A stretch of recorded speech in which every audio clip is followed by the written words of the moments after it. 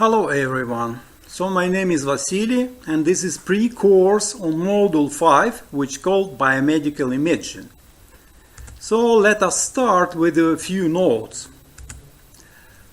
This short course can be viewed as kind of introduction to biomedical image analysis, and this is just for 1 academic hour. And then I'm not going to go deeply into details about biomedical image formation, about feature extraction and biomedical image analysis. Instead, I will be following kind of practical approach, just to look practically what kind of images exist and how they can be used and what kind of ways of automation of the process of image analysis. So in general, biomedical image analysis, typically this is a teamwork, and this teamwork supposes participation of biologists from one side and then medical doctors, because many applications are medical, and then IT specialists, of course. And IT specialists, this is nice to see because I'm IT person, so this is the blue one is in the center of this process. And this teamwork is very hard. So we all together, we pushing this wheel to make movements towards the best biomedical image analysis and interpretation. So this is part number 1 out of 3, and this is the largest part of 3 parts of this course, which called biomedical image modalities. What is just types, basic types of image, of biomedical images. Of course, we will be not talking about all possible types, but just list out and slightly getting familiar with the basic ones.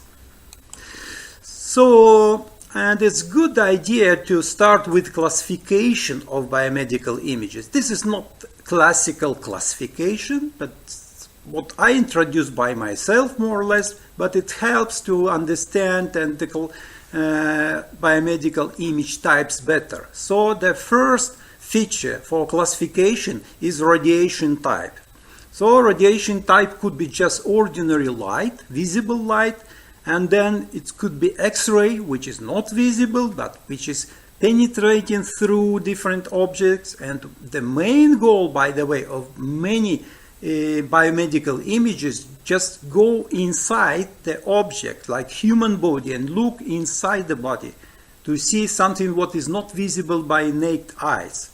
So the next radiation is combination of magnet and radio frequency, which is magnetic resonance imaging technique, and another one is radiation, which is based on radioactive isotopes. So they inject some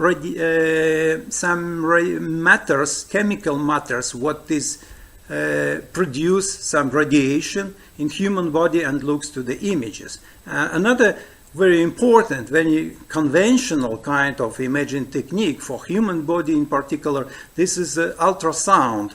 Ultrasound is echo-based imaging technique. So the second feature for classification is image dimensionality. So of course, the basic kind of images in this respect are two-dimensional, that means ordinary images. Then not very common, but still very useful, is three-dimensional, volumetric images. Typically, volumetric images produced by different kind of tomography. And in general, there are n-dimensional images. So just to imagine, to have a practical example of that, you can imagine the volumetric image taken at certain time, then say in this minute, next minute, another image, volumetric images is taken. So finally we have X, Y, Z and time dimension. So this 4-dimensional image. And of course there could be more. And third feature for classification, which is also very important, it's whether the image, this image modality, this taking that kind of images, whether it's invasive or non-invasive. Invasive is somehow dangerous for human body, Non-invasive, it just can be used almost as much as we want. So the major types of biomedical images just like follows. We will list them out. So that first, let's put X-ray. Second, computer tomography, which is tomography based on X-ray.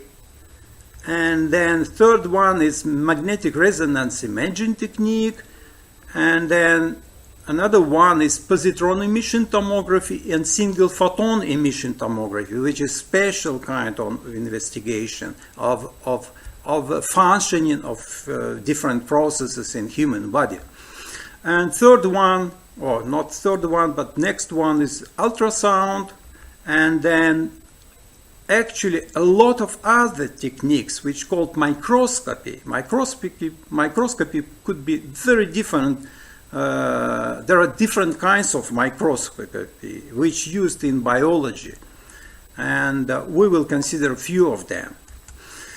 So, X-ray. X-ray is invented or discovered many years ago, roughly 120 in Germany, but it's still common. It's still used for many, many different purposes. The key points about X-ray. So first, that X-ray uses using so-called ionizing radiation, which produce images of internal structure of some objects, human body for instance. The second key point is that X-ray radiation is absorbed in different ways by different matters. For instance, if we imagine the human body, then soft tissue like muscles, they absorb very few X-ray radiation, then bone absorb much more, and then if there is some metal inside, for instance, it's absorbed a lot more, and etc. So X-ray is not just about taking images of X-ray. It's used extensively in very specific kinds of imaging techniques, such as mammography, angiography. It's of course the basic principle of computer tomography, etc. Let's go to consider them. This is a general scheme how it works. So this is the source of X-ray radiation. Then X-ray beam goes through the human body, for instance, absorbed in different way by different matters, and then finally we have a detector. So detector could be just traditional films, like it was 100 years ago or 50 years ago, but recently, typically, they used digital detector, which produce natively digital images, which able to store easily, to examine, and to do any computer-based analysis. So that's example of conventional imaging technique based on X-ray radiation. So you see this fracture, you see this dog, which has eaten some keys inside, etc. And this is a picture of typical setup, how it looks like in hospital. So that picture is made, by the way, in Belarus, and we see this strong Belarusian guy, and we have produced by Belarusian company this natively digital device to produce X-ray of chest. Mammography, another important subtype of X-ray imaging. Why it's important? Why the subtype? Subtype is just nothing but ordinary X-ray, but high resolution. So it's actually designed to make pictures of women breast and to see the different kind of lesions, for instance, whether they exist, sometimes cancer lesions, etc. And the key point is that same X-ray, but very high resolution, which is necessarily strongly in this case. So another use of X-ray radiation is angiography. It's used to highlight, to visualize the blood vessels of different sorts. So it starts from injection inside of blood vessels of specific matters which X-ray contrast. So we contrasting the vessels and the blood or some another liquid inside the vessels. So it looks like that. And this is a rather typical hospital setup during the injection of this contrast matter into blood vessels, vein or arteria or some others.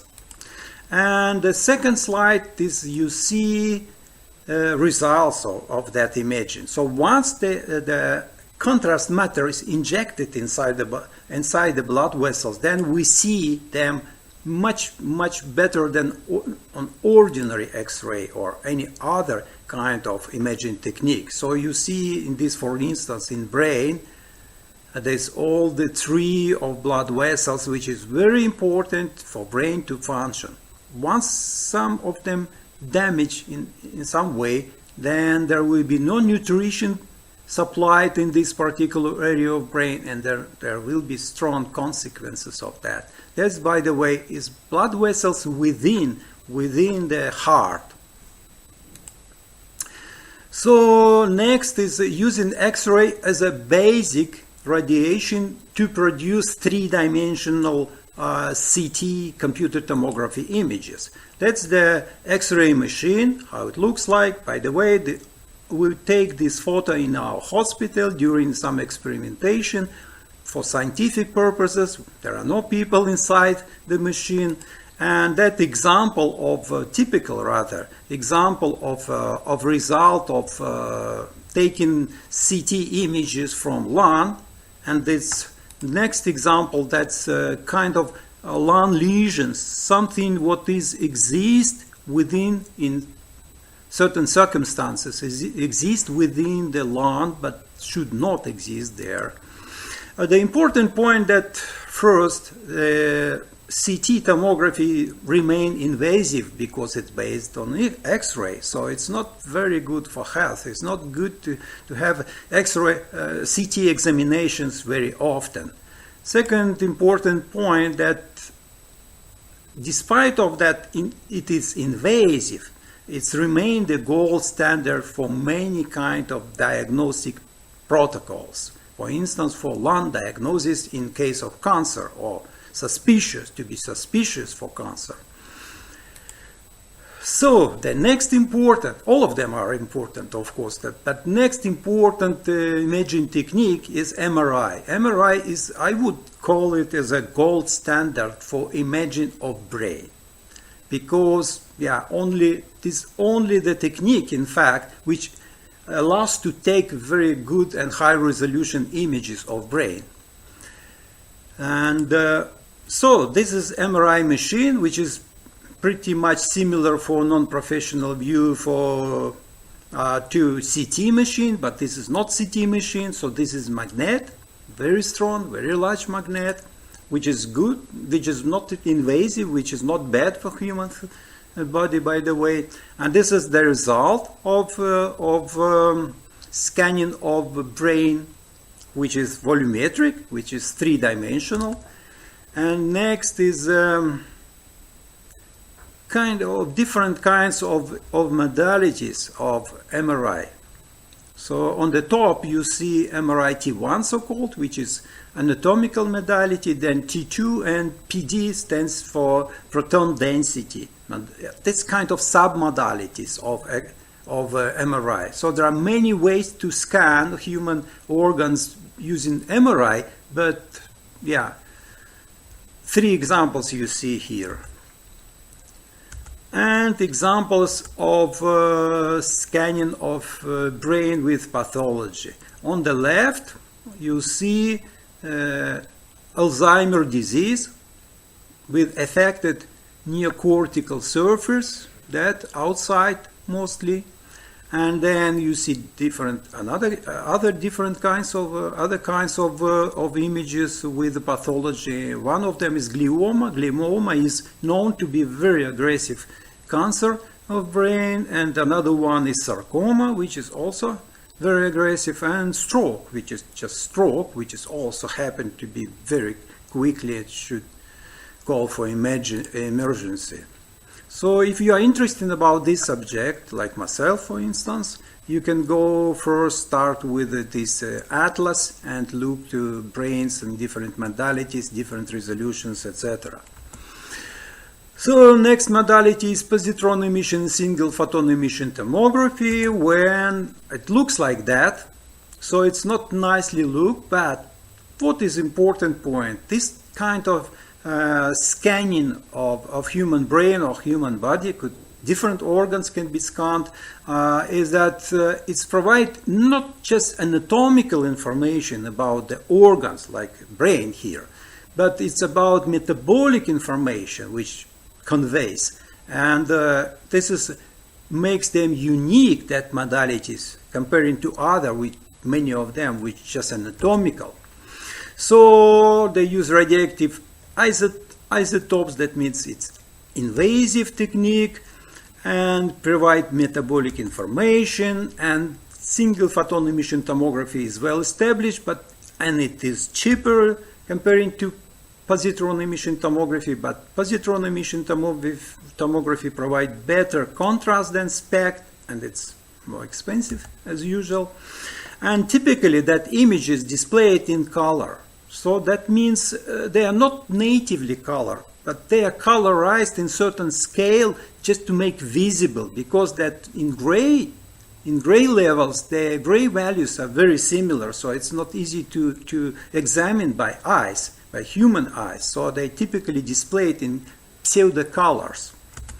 So sometimes that technique, like different techniques like computed tomography, for instance, and single photon emission tomography combined together, then we have all together. We have anatomical information, like on the right here on this slide, anatomical structure of human body, and then superimposed this functional information. And that's very convenient to, for instance, for detecting of different kind of tumors inside of human body.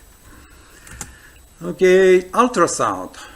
Ultrasound is in some way special technique. This is cheap technique, and which could be very portable, and at the same time it can produce two-dimensional like slices and three-dimensional volumetric images. So the key points are that this technique capitalizing on high frequency sound and echo effect, like ooh, ooh. So the reflection, the returning sound echo, the machine convert into the picture. And then this technique is non-invasive and is suitable for examining the pregnant women and children, etc. It's commonly used for detecting abnormalities in heart, in abdominal organs, in, for instance, kidney, liver, and so on. And also blood vessels using Doppler effect. And the machine, as I mentioned already, could be very compact. So this machine, for instance, produced by Toshiba, this is just example. There are plenty of them, and this Toshiba machine is a rather large one, and it's useful for hospital setup, and in the same time the ultrasound scanner could be that small one, and it could be form factor of laptop, and sometimes it could be in form factor even just ordinary smartphone, could be wear it in a pocket and scan. So if you are interested about what is inside in your body, your own, you can buy it for private use and look into the body, what's going on inside. So that's the examples of ultrasound images. On the top here, on the top left, we have a healthy ultrasound image of healthy liver, and then on the bottom we see the liver which with cancer, and then next example, that's the two-dimensional image of thyroid gland. What is the small gland which is located in the neck? So that's just example how it looks like. Okay, microscopy imaging. Basic types. The first type, very simple type and very common, is conventional light microscopy. So you can view that this microscopy just like a magnification glass and ordinary light. You just see under strong magnification of biological or any other objects you want. So that's conventional light microscopy, I would say. Another very important subkind of microscopy, which is based on fluorescence, it's a so-called fluorescent microscopy. And the principle you can imagine is fluorescence. What is similar, let's say if you are cycling, then you have these old bands and reflectors just to be visible on the street. So that's something similar, you can imagine in this way. And the third kind we consider is so-called confocal microscopy. Confocal microscopy is rather complicated optics which produce three-dimensional. So it takes images on different levels of some biological objects. So you can get the tiny object and you can get 3D structure of this tiny object using this confocal microscopy. So let's see the examples of images of different kind of application of microscopy. First, this so-called cytology, and biologists know this very well, better than I. So you see blood vessel cytology, some cells under microscope. So we see the cells under microscope in this case.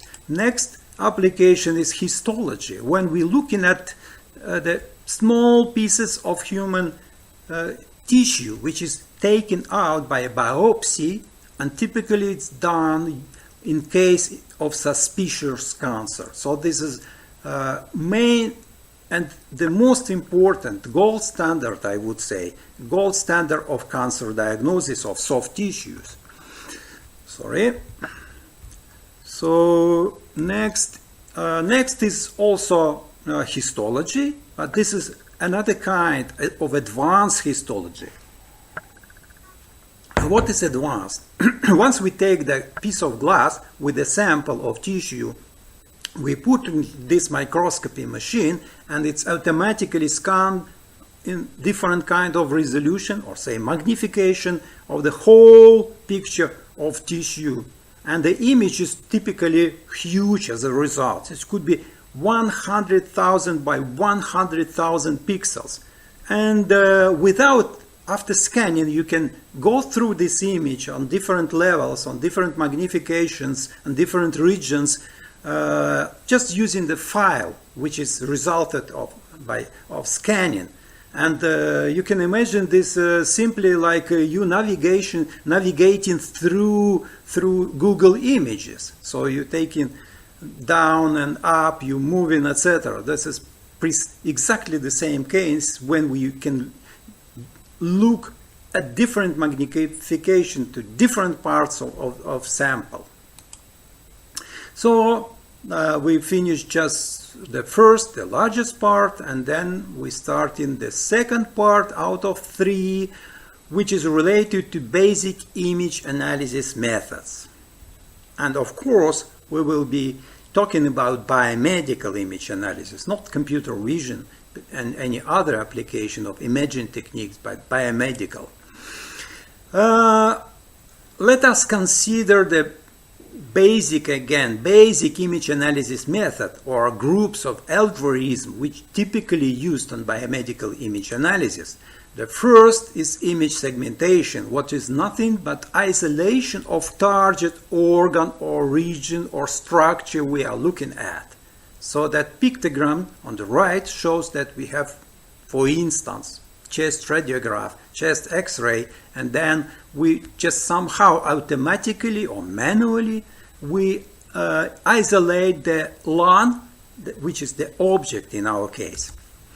So the second step is a feature extraction. We almost never comparing images or examine images in computer by comparison of them pixel by pixel. It almost never works. But the typical scenario, once we got the image or region of image, we extract, using specific algorithm, we extract features which are just values. So we end up with a vector of numbers which characterize the structure of this image. And then once we have done, we can compare with other, etc. images objectively. So this is exactly what we arrived to: image comparison. The image comparison typically resulted in a number which expressed the degree of similarity or dissimilarity. So if similarity is 0, so objects are totally different. If similarity is 1, that means, if it's normalized, of course, then that means the images are exactly the same in terms of features which extracted. Next operation or method, group of methods, in fact, this clustering. So if we got a large amount of images, and certainly some of them similar, some of them different, like a norm, for instance, and pathology, then we can automatically, objectively subdivide them to classes. And this is called clustering. And finally, when we interested in whether this image represent, say, in simple case, norm or certain kind of pathology, we need to classify this to one or two, or to one of two or many classes. Like in this pictogram, it's depicted that we have two classes, so it's pictogram. The green one depicts norm and the red one pathology. So we are wondering to which class it belongs. And we applying specific algorithm which doing this classification automatically. Automatically it means objectively.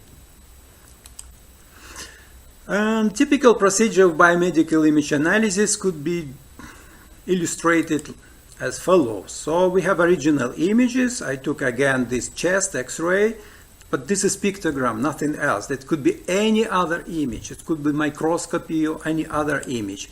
What we are doing, maybe it's not necessarily, but in many cases it is. So we extract the region of interest. In this case, for instance, we are looking at human lungs. And as I already said before, we extract quantitative features which describe the quality and structure of this image in numbers using feature vector.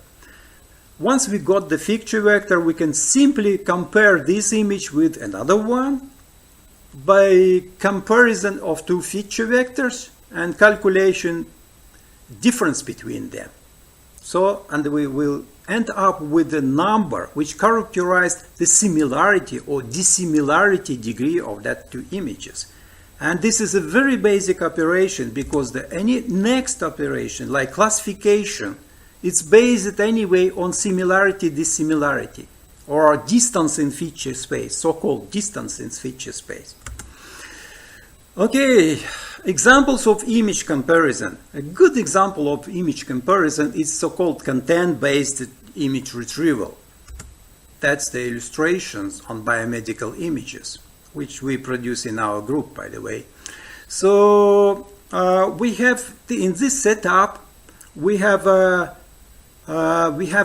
example and image, just one image particular, and we have a large database of images similar to that, and we are interested in which ones are most similar to these, which one is, and if it's similar, then it's possible that it's helpful for diagnosis and any other purpose. Of course, this is a good way to do automation. So you see that CT images, you see this single photon emission tomography images, similarity retrieval, this monocyted blood cells retrieval. So we are searching about in database about searching among different kind of cells, and we are interested to look to monocyte, and then we retrieve them, these eosinophils, and some other. So that's image retrieval.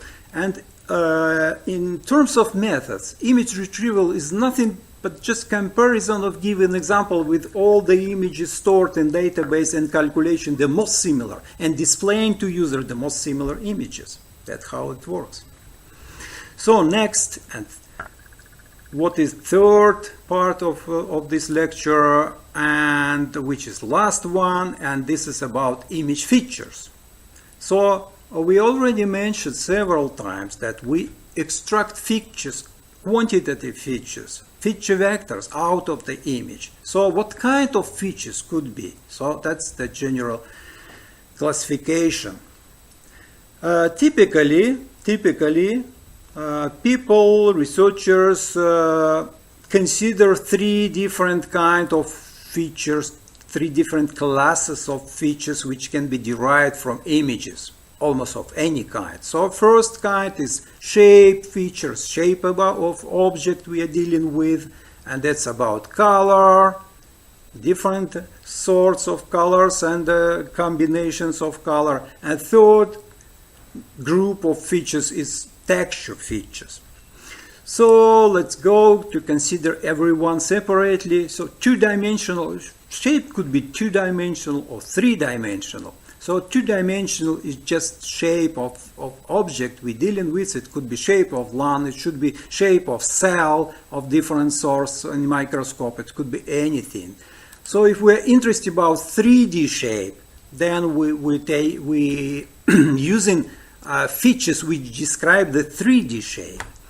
So the next is color. Color is represented typically in different color spaces and looks like that images. So this is again the pictogram which illustrate how color could be helpful to image analysis, not only for visual of course, but what is most important for us is for computer analysis of biomedical images. Okay, then texture.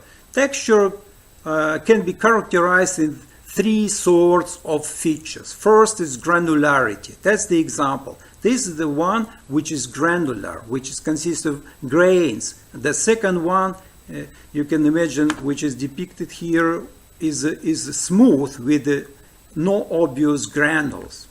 So that's another sort of features, anisotropy or directionality of texture. So certainly it's clear that this one is directional, so it has strong orientation on horizontal orientation. This one having no obvious orientation of the texture structure, of the structure of the image. So texture, sometimes it's a good idea to call texture structure. It's nothing but structure of the image.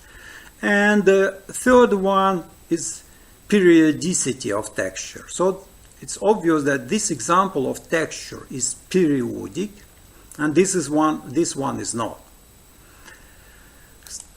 So shape features. Shape features typically two-dimensional shape represented by two-dimensional border. Two-dimensional border is 2D contour of object we're dealing with, like that. So we have again this good example of chest X-ray, and in red we see the border which represents the shape of lungs. And in case of 3D shape, we're dealing with a set of triangles which are attached to each other, which constitute so-called mesh. And this represents the surface of the object, which represents the shape of in 3D. This again, the lung, which is in 3D. And there are of course different kind of shape feature which describe the shape with different accuracy, what is necessary in different tasks. So sometimes we need this some kind of rough features which describe roughly the shape. Sometimes we need very sophisticated, detailed descriptors, etc. So they're just examples of simple shape features. It could be circularity, how circular the object is. It could be convexity, whether object is convex or is star-shaped somehow. And eccentricity, so it's more or less object more or less around the border is around of center of gravity or center, or this is somehow elongated object, etc. And smoothness of the contour, whether it's smooth contour or whether it's not. This sounds very simple, but in fact it is very useful. For instance, if we have a lesion in a lung, for instance, which is detected by CT image, then if it's smooth border of this lesion, something, if it's smooth, it's likely to be benign, not very aggressive, because it grows smoothly, slowly, and edge becoming smooth. But it is star-shaped. It is suspicious for cancer, because tumor grows quickly, and then it becomes not very smooth. The edge becomes not very smooth. So that's a very simple feature, but it's still very, very useful for diagnosis. And 3D shape features, of course, can be introduced in the way similar to two dimensions. For instance, if we have circularity feature, degree of circularity, some number which express how circular the object is, then we can consider feature of sphericity, how similar it is to a ball, to balloon. So I think it's clear. So, and now we consider color. And very briefly, color is separate world. It takes a lot of information to go deeper, but we just will say that color is represented typically again using three different components. In most cases, it's RGB components: red, green, and blue. So a combination of R, G, and B provide different kind of colors. You see here.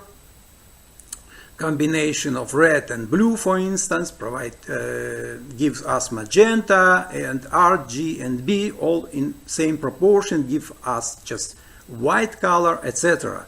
So that's with the same intensity, that circles with the same intensity of R, G, and B component. If they are different component, triple of intensities R, G, and B constitute certain specific color, which could be any. Of course, there are different color spaces which are more convenient in different cases, so we are not considering them here, just enumerate and saying about the fact there are different kind of color spaces. Color features. As usual, the simplest features are just histograms. So in case of color images, there's histograms of color. There could be two different sorts of color histograms. So first is very straightforward, it's easy to get, but it's reasonably compact, but it's not very informative. So that's histograms of R, G, and B component of color images. So that's 3 times by 256 typically, and because color is just result of combination R, G, and B. Here we have no combination, so this is not really a color histogram. The color histogram we will get in case we have this R, G, and B orthogonal dimensions, and then combination of R, G, and B value producing correspond to certain color. So that's the histogram in 3D. Of course, it's displayed in 3D, which is really histogram of color. And this is large one. So that's 256 by 256 by 256. So that millions goes to millions of different colors. And texture features. As we already mentioned, sometimes people consider texture features as 3 independent sorts or orthogonal features, so-called, of course, orthogonal. That's a class of granularity, which is an anisotropy and periodicity. So that 3 independent features provide, say, feature space, virtually, of course, feature space of texture. And there are several methods for deriving features of texture. So-called local binary patterns, LBP, intensity, occurrence matrices, etc. But all of these methods consider pairs of pixels. So the structure, well, the texture is structure in space. So to describe, in order to describe the texture in the structure in space, we need to consider pairs or triplets or other combinations of pixels or regions, to how they located and how they different.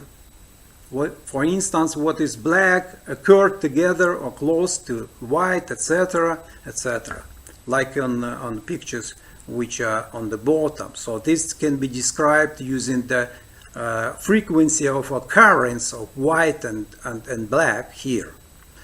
So this is the end of pre-lecture. So you will have a chance to listen to this lecture in more details, ask questions, etc. Please go through that pre-course first to get some idea, and then it will be much more productive to listen this in class. Thank you very much. That's the buttons, the specific button. I will press the button. Yeah.